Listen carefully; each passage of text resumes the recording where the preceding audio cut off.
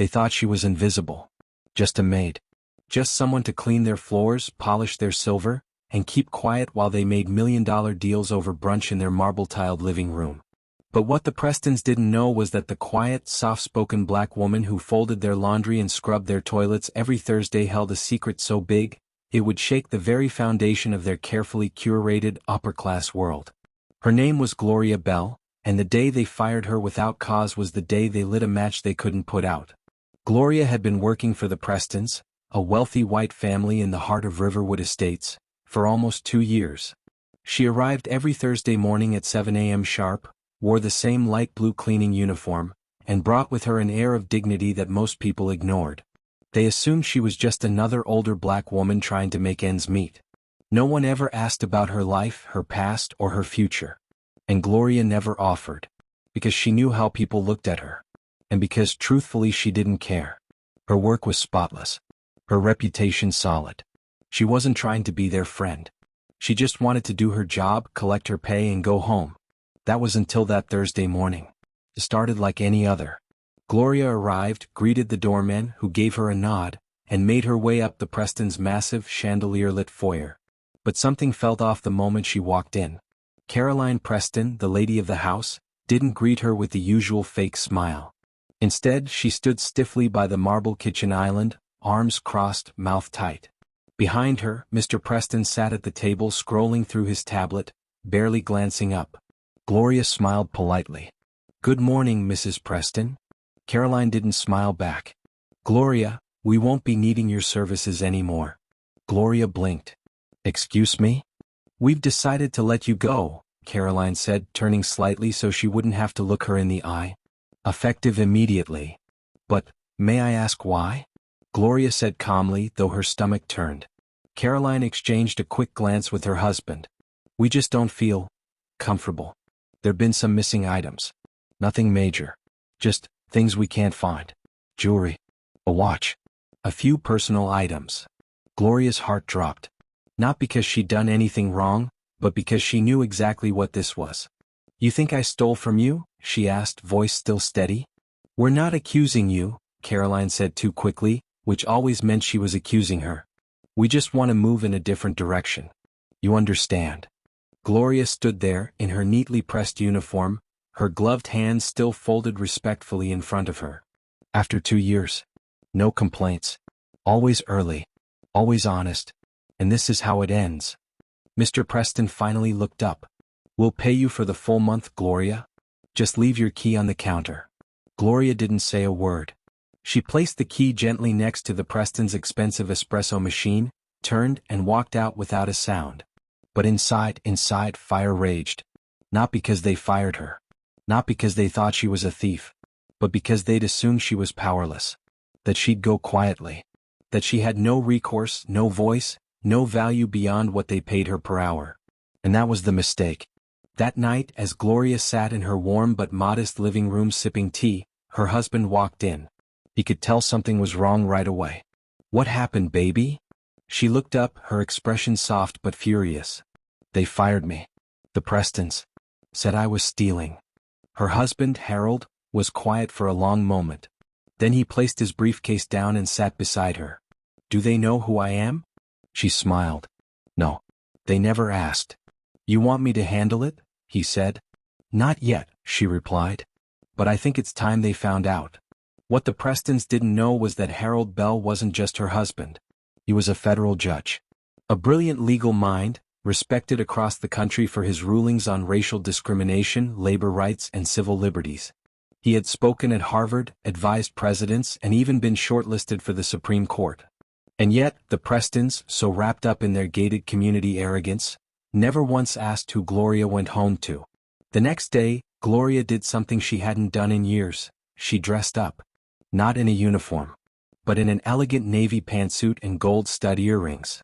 She pulled her natural curls into a low, regal bun and walked with the poise of a queen. She and Harold drove together to a law firm downtown, a firm run by Harold's former clerks who now specialized in civil rights and wrongful termination cases. There she gave her statement.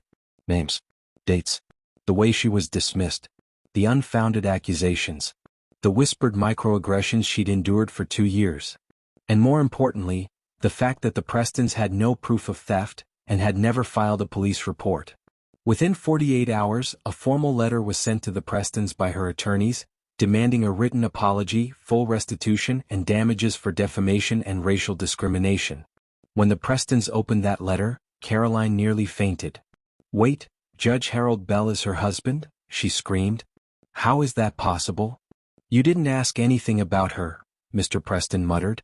"You always said help is help." But the nightmare had only begun. Because the Prestons weren't just rich, they were connected.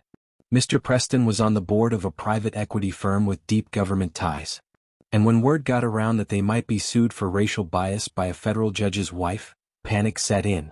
Phone calls were made. PR firms hired. Statements drafted. But nothing could undo the damage already done. Gloria didn't want revenge. She wanted dignity. And as her story began spreading across social media, thanks to a tweet from one of the paralegals at the firm, the public rallied behind her. #Her name is Gloria began trending. People posted stories of their own mothers and grandmothers who worked quietly, invisibly, in homes like the Prestons. Stories of grace, strength, and being overlooked. But just when Gloria thought things might settle down, her phone rang. It was a number she didn't recognize. She answered. A woman's voice on the other end. Nervous. "Is this Gloria Bell?" "Yes." "Who's calling?" "My name is Samantha. I used to work for the Prestons too, as a nanny. A few years ago." Gloria sat up. "What can I help you with?" Samantha hesitated. Then she said, "I saw your story online. I just wanted you to know, you're not the only one they did this to. They ruined my life. And I have proof." Gloria's breath caught. "What kind of proof?" "Emails. Recordings. Caroline Preston, she said things, racist things. Called me names. They accused me of stealing too when I quit. But I kept everything." Gloria gripped the phone tighter. "Would you be willing to come forward?" "If you're fighting them," Samantha said softly, "I'm with you." Gloria hung up and turned to her husband. "We've got a witness. And receipts." Harold nodded. "Then it's time to go to court." But just as they prepared their legal case, a chilling message arrived at their front door. A plain white envelope with no return address. Inside was a photo of their daughter walking to school. On the back, a single handwritten sentence. "Drop the case, or your family won't be so lucky next time." Don't forget to like, comment, and subscribe for more powerful stories that uplift Black voices and expose hidden truths. Gloria stared at the photo of her daughter, her baby girl Kayla, just 12 years old, walking down the school sidewalk with her backpack on, completely unaware that someone had been watching her. Her hands shook, her throat tightened, and all the oxygen seemed to vanish from the room. Harold took the envelope from her trembling fingers and read the message on the back again. "Drop the case, or your family won't be so lucky next time." His jaw clenched. "They're trying to scare us. They crossed the line." Gloria nodded, but her eyes were locked on the image. "This isn't just about the Prestons anymore," she whispered. "They've got people willing to threaten children. I won't back down, but I need Kayla safe." Harold stood and grabbed his phone. Within minutes, he had arranged private security to escort Kayla to and from school.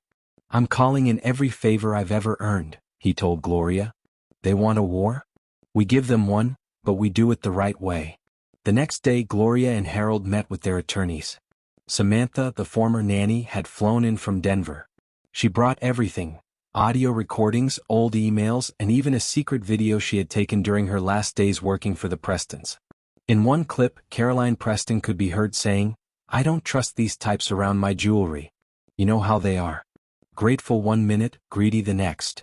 In another, she openly discussed getting rid of Gloria eventually, and joked about how they all come with sob stories and good intentions until they rob you blind. Samantha hadn't even realized how damaging those recordings were until now. She'd just kept them for her own sanity. But now they were damning. "We'll file a formal civil suit," said Attorney Ramos, the lead counsel. "Defamation, wrongful termination, racial discrimination, and now, intimidation. That photo crossed every line. We'll add civil stalking and criminal harassment." Meanwhile, the Prestons were in a frenzy. Their firm's PR team was working around the clock to manage the situation, but the hashtag her name is Gloria kept spreading. Local news had picked it up. National blogs started running think pieces. Then came the feature on a morning talk show where a host said, "There's something truly unsettling about how we treat those who serve us." Gloria's story is the story of countless women whose names we never bothered to learn. That day, Caroline called her lawyer in a panic. "We need to settle. Quietly." "It's too late for quiet," the lawyer replied. "The Belles are bringing this public. And there's a federal judge involved. You should have never touched that woman." "She cleaned my toilet, Alan," Caroline hissed. "How was I supposed to know that she had power?" the lawyer interrupted. "You assumed she didn't. That's your mistake. Now you need to prepare for depositions, subpoenas, and court cameras." Back at the Belle household, things were far from calm. Kayla had started having nightmares. Gloria sat by her bedside every night, holding her hand, praying silently that this storm wouldn't steal her daughter's innocence. But she knew there was no going back. Too many people had suffered in silence for too long. Now that Gloria had a voice and a platform, she would use it. Days later, a major break came. Samantha's emails revealed an unexpected name: Dr. Victor Emmons. He wasn't just a close friend of Mr. Preston. He was the Prestons' financial advisor. And he had sent multiple emails warning them against rocking the boat when it came to staff complaints. One email said, "You should have settled with Samantha instead of letting her walk. Keep this up and someone will get litigious. If you push Gloria out the wrong way, her husband might be more connected than you realize." They had known. Or at least suspected. And they did it anyway. Gloria forwarded the evidence to Attorney Ramos. "This proves intent," he said. "And with that threat against Kayla, we can push for federal involvement. That's a criminal act, not just civil." Meanwhile, Harold used his connections quietly. He reached out to a close friend in the U.S. Attorney's office and asked for a discreet investigation into who sent that photo. Within hours, they traced the printer used to generate the image. It had been sent from a rented office suite 2 floors below a firm tied to the Prestons' business dealings. Surveillance footage showed a man entering the suite, a hired private investigator named Dennis Lowell. Harold recognized the name instantly. Dennis had a history of shady surveillance jobs and intimidation tactics. He'd worked for corporations accused of silencing whistleblowers. And now he'd made the mistake of threatening a judge's child. Federal agents brought Dennis in for questioning. He cracked within hours. Not only did he admit to taking the photo, he gave up the name of the person who hired him, Mr. William Preston. Harold couldn't believe it. "He paid someone to follow my daughter. This man has no soul." Meanwhile, Gloria's legal team received an offer, a massive out-of-court settlement. The Prestons offered 7 figures, an NDA, and a statement that said they regret the misunderstanding. Gloria stared at the offer letter. "They want me to disappear," she said. "They think they can buy my silence. That I'll trade my story for their money." "You don't have to decide now," Ramos said. "But if you take it, you can't speak out. They'll seal everything." Gloria looked out the window. She thought about her mother, who worked as a maid for over 30 years and died without ever being acknowledged by the families she served. She thought about Samantha. About every black woman who cleaned up after people who looked down on her. And she made her choice. "Tell them I said no." The next morning, Gloria held a press conference. Dressed in a white blouse and soft gray slacks, she stood with Harold by her side and Samantha on the other. Behind them stood several other women who had worked for the Prestons over the years, each with their own story of mistreatment. "I was fired without cause," Gloria began. "But that's not what this is really about. This is about being seen. About what happens when powerful people assume you don't have power, just because of the color of your skin or the job you do." Reporters asked about the lawsuit, the threats, the photo. Gloria answered calmly, clearly. But she saved the biggest blow for last. "And to those who sent a photo of my daughter to intimidate us, know this: I won't back down. I won't be silenced. You came after the wrong family." The video of the press conference went viral. But just as Gloria began to feel the tide turning, the next shock came. A few days later, as Harold drove to work, his car was struck from the side by a speeding SUV. Witnesses say the SUV didn't even try to brake. It rammed into Harold's vehicle with full force, flipping it twice before skidding off into a nearby alley. The driver disappeared. Emergency services arrived within minutes. Harold was unconscious, bloodied, unmoving. Gloria got the call while in a meeting with her legal team.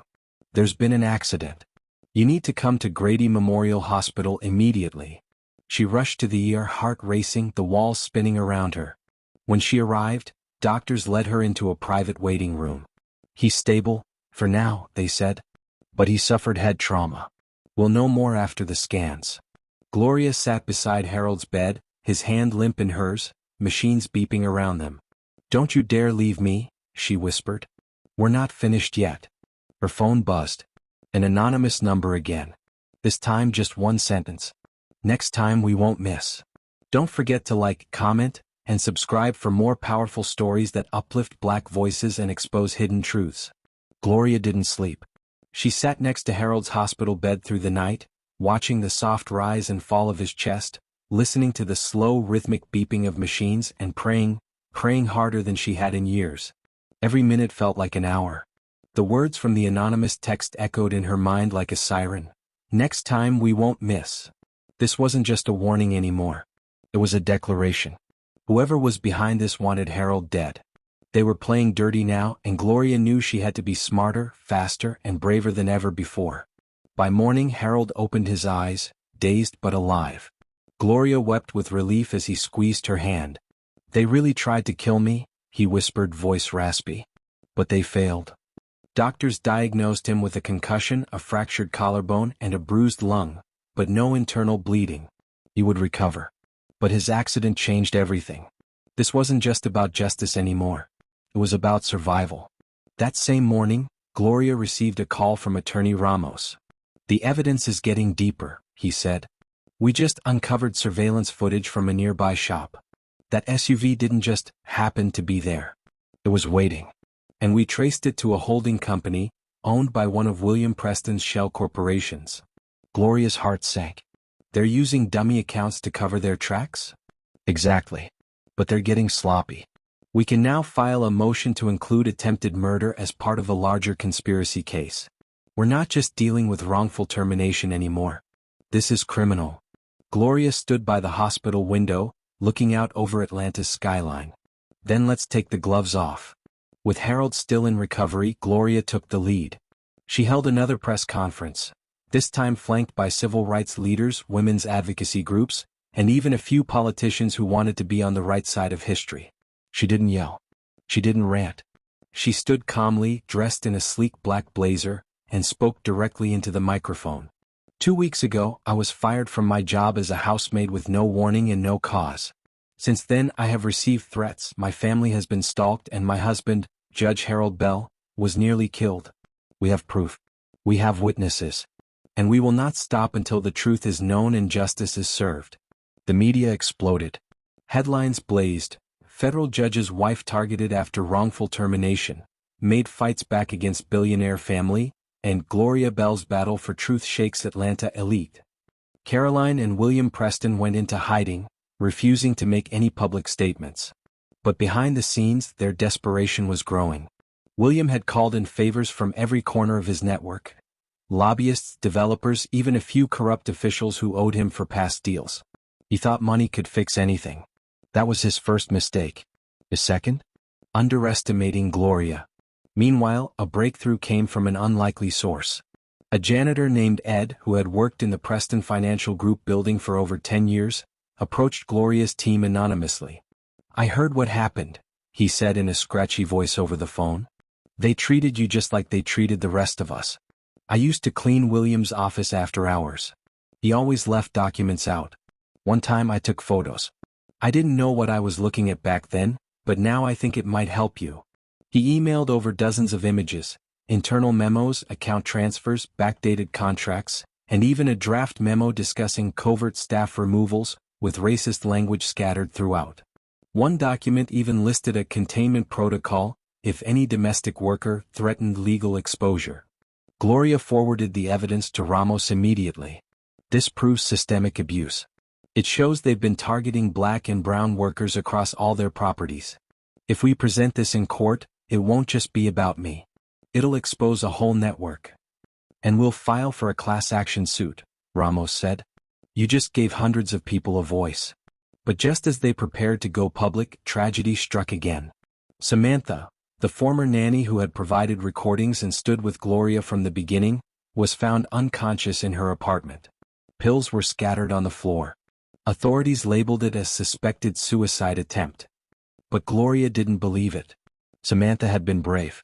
Scared, yes, but determined. Gloria visited her in the ICU. Samantha was still breathing but in a coma. Doctors said they found traces of sedatives in her system that didn't match her prescription. Someone tried to silence her, Gloria told Ramos. Just like they tried with Harold. And if we don't act soon, they'll try again. Ramos moved quickly, filing an emergency motion to freeze all assets linked to the Preston family until a full investigation could be completed. The judge, ironically a former colleague of Harold's, granted the motion. Within 24 hours, Preston Financial Group's accounts were locked. Construction on 2 luxury buildings halted. Caroline's private boutique store was closed by federal order. But then, another twist. A reporter named Elijah Moore from the Atlanta Standard contacted Gloria. "I've been digging into the Prestons for months," he said. "But your story blew the lid off. I have something you need to see, but it has to be in person." Gloria agreed. They met in a quiet park. Elijah handed her a USB drive. "Inside is a video. It's dated 3 months before your firing. It's from one of the Preston estate's hidden cameras. They didn't know it backed up to a cloud service." Gloria plugged it into her laptop. What she saw nearly made her drop the screen. It was a video of Caroline Preston, talking to a guest in her living room. "I'm sick of Gloria. Always acting like she's better than she is. She needs to go. But we'll do it smart. Say something went missing. She can't afford to fight back." The guest laughed. "What if she sues?" Caroline scoffed. "She's a maid. What's she gonna do, bring her husband?" The guest smirked. "Who is he anyway?" Caroline leaned back smugly. "Some blue-collar nobody. Just another working-class husband." Gloria stared at the screen, mouth tight. This wasn't just gossip. This was proof of malicious intent. It was premeditated. Calculated. Ramos filed to introduce the footage into evidence as part of a broader criminal case. The court date was set for 2 weeks out, and people from all over the country were watching. But as Gloria prepared for court, she got another message. This one wasn't a text.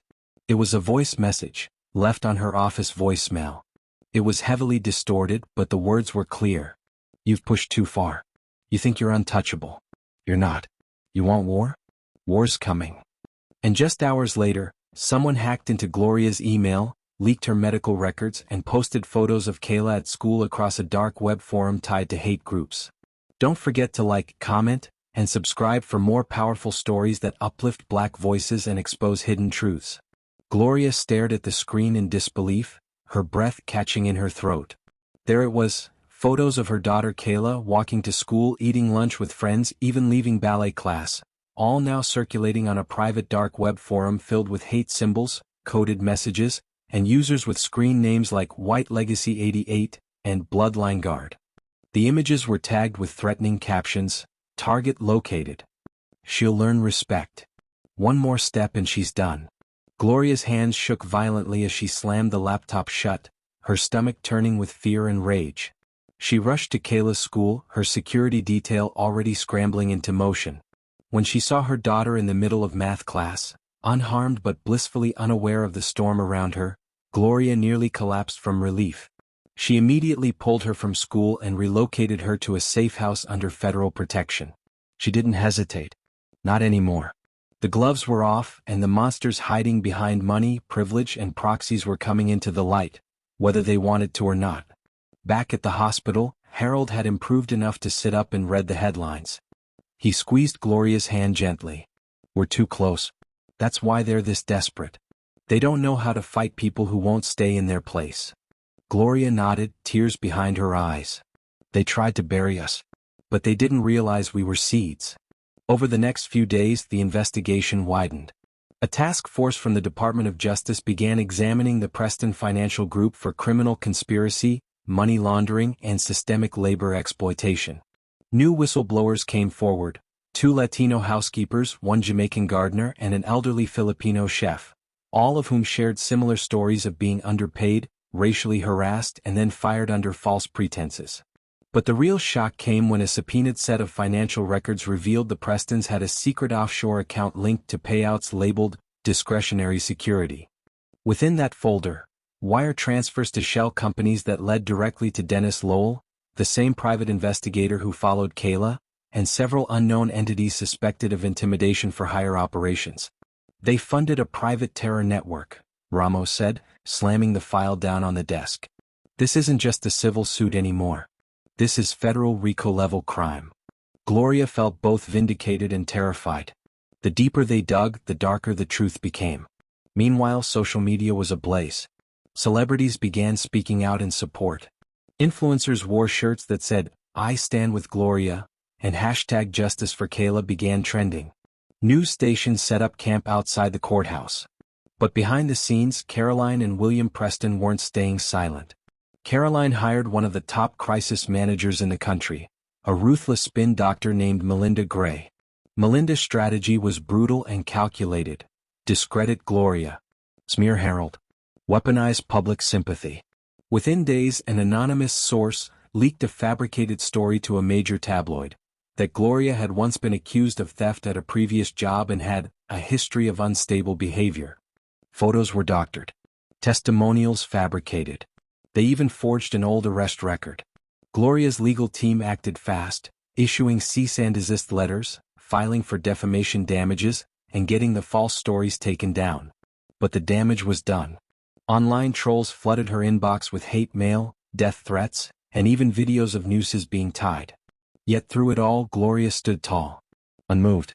"Every lie they tell," she said in an interview, "only proves how afraid they are of the truth." Then, just days before the trial, another unexpected twist. Samantha, still recovering from her alleged overdose, regained consciousness. Though weak, she managed to whisper to the nurse on duty, "They drugged me. I didn't do it to myself. They came in through the back." Gloria rushed to the hospital. Samantha, pale and frail, squeezed her hand and mouthed the words, "I have the recording. It's hidden. At my sister's." Gloria contacted Samantha's sister, who handed over an old cell phone that had been hidden beneath a floorboard. On that phone was a final chilling voice memo. Samantha had recorded herself the day before she was found unconscious. In the message, she described being approached by two men in black suits who offered her hush money to recant her testimony. When she refused, they told her, "You're not important. Just another maid no one will remember." Then she said, "If anything happens to me, know that I didn't do it." And it was the Prestons. "I'm scared, but I won't let Gloria fight this alone." That voice memo was submitted as evidence the next morning. The court allowed it to be admitted in full. The defense team tried to object, but it was overruled. The judge, firm, fair, and unafraid, scheduled the final trial date. But in the background, something more dangerous was building. That evening, Gloria received a call from a blocked number. She answered cautiously. "You think the law will save you?" the distorted voice said. "You're nothing. And when this goes public, so will your husband's secrets. Check your front door." Gloria ran to the door. Sitting on her porch was a brown envelope, no markings, no postage. Inside were old black and white photos of Harold, from decades ago in his early 20s, standing in a courthouse parking lot with a man later identified as Marcus Delaney, a known radical activist who had once been under FBI surveillance. Next to the photos was a forged letter claiming Harold had helped Marcus flee prosecution in the 90s. Gloria knew instantly, it was a setup. They were going to try to paint Harold as a criminal and discredit him before he could testify. She turned to Ramos. "They're going to try to twist Harold's past. Say he was part of something he never even supported." Ramos nodded grimly. "This is their last card. They're trying to take the moral high ground out from under you. But it's all lies. And if they push this angle in court, we'll bury them with the truth." But before they could act, the Prestons made their boldest move yet. That night, as Gloria returned from the hospital, her home was ransacked. Security cameras disabled. Her files stolen. Her laptops gone. But worst of all, Kayla's bedroom window had been shattered, and across her pillow sat a blood-red rose, and a single bullet. Gloria screamed and dropped to her knees. Her daughter had been moved to a safe house. No one outside the federal agents knew the address. This was a message, a terrifying one. Gloria stood there, trembling with fury. Her daughter's sanctuary had been violated, her family attacked, her truth nearly erased. And she knew then, there was only one thing left to do: take the stand and tell the world everything. But the question hung in the air like smoke. What happens when powerful people are finally exposed, and still refuse to go down without a fight? Don't forget to like, comment, and subscribe for more powerful stories that uplift Black voices and expose hidden truths. The courtroom was packed. News crews swarmed the courthouse steps. Protesters, supporters, and journalists formed a sea of bodies outside. Some held signs that read, "We are Gloria, protect Black women," and "Silence is not safety." Inside, the air was thick with tension. Federal agents lined the back of the room. The judge, stern and composed, sat high above it all, presiding over what had now become the most closely watched civil rights trial in the state's recent history. Gloria sat at the front beside her attorneys, her posture poised, her face solemn but resolute. Harold, with his arm still in a sling and a scar above his eyebrow from the accident, sat just behind her, his gaze unwavering. And across the aisle, the Prestons, William in a designer navy suit, face pale, jaw tight, and Caroline, dressed in muted gray, hiding behind her lawyer, eyes darting like a trapped animal. They looked nothing like the confident, untouchable elites who once ran their world like kings. They looked like what they were now: cornered, exposed, and desperate. The proceedings began with opening statements. Gloria's legal team presented the timeline of abuse, the evidence of discrimination, the fabricated allegations, the threats, the tampering, the intimidation tactics, and the cover-ups. Then came the testimonies. Samantha, still pale but standing strong, took the stand and told the court how she was drugged, harassed, and targeted for speaking the truth. The audio recordings were played aloud in court. Gasps erupted when Caroline's voice was heard mocking Gloria and planning her removal. "She's just a maid," Caroline's voice sneered. "What's she gonna do? Call the president?" Then came the moment Gloria took the stand. The room fell silent. She sat in the witness chair, back straight, eyes focused, and began to tell her story, not with anger, not with rage, but with dignity. "I worked hard. I never stole. I never lied.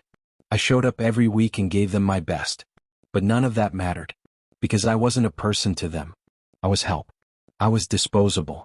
But I'm not disposable. I'm a mother. A wife.